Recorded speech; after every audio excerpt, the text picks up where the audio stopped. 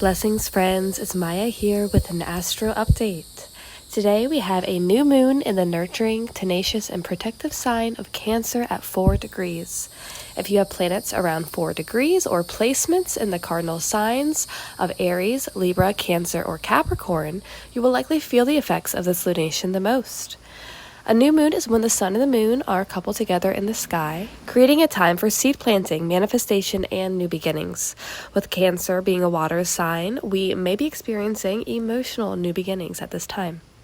Cancer is also associated with themes of home, family, property, real estate, emotional safety, inner security, ancestral roots, and tradition.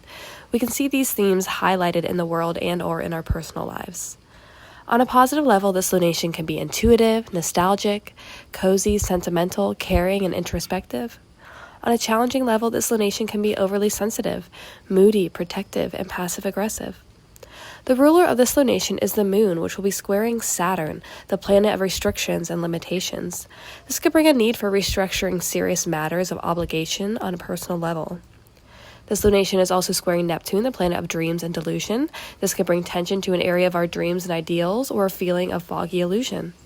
The new moon is luckily conjunct Jupiter, the planet of luck, expansion, growth, and abundance, in the midst of its Kazemi being reborn in the heart of the sun, showcasing that there is optimism and growth at the tail end of these Saturnian obligations and Neptunian illusions.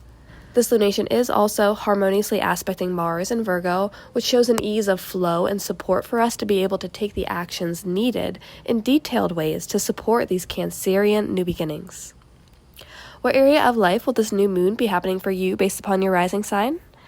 For Aries rising, this new moon will be happening in your 4th house. This could be a new, expansive beginning having to do with home life, family, property, real estate, emotional security, inner safety, and ancestral roots. For Taurus rising, this new moon will be happening in your 3rd house. This could be a new expansive beginning having to do with your communications, local neighborhood, local community, transportation, short-form learning and writing, speaking, as well as online content and extended family. For Cancer rising, this new moon will be happening in your 1st house of you. This could be an expansive new beginning having to do with yourself, your identity, your outward appearance, physical body, and new endeavors.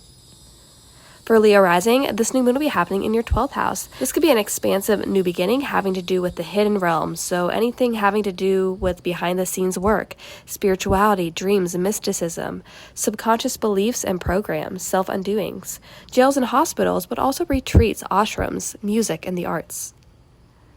For Virgo rising, this new moon will be happening in your 11th house. This could be expansive new beginnings having to do with large groups of people, friendships, organizations, networks, progressive ideas, as well as future hopes and wishes.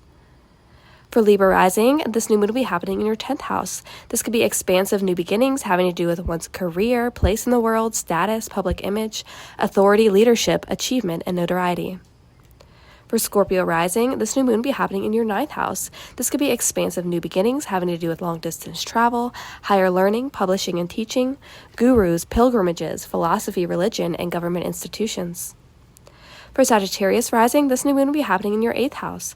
This could be expansive new beginnings having to do with shared money, shared resources, investments, inheritances, taxes, loans, sex, intimacy, the occult, and psychology. For Capricorn rising, this new moon will be happening in your 7th house. This could be expansive new beginnings having to do with personal relationships, marriages, business relationships, contracts, negotiations, collaborations, and legal documents. For Aquarius rising, this new moon will be happening in your 6th house. This could be expansive new beginnings having to do with your health, work, daily employment, coworkers, diet, exercise, daily routine, organization, and small pets and animals. And last but not least, for Pisces rising, this new moon will be happening in your 5th house. This could be expansive new beginnings having to do with your creativity, self-expression, romance, dating, children, joy, celebrations, hobbies, entertainment, and small businesses. New moon in Cancer, blessings to you all.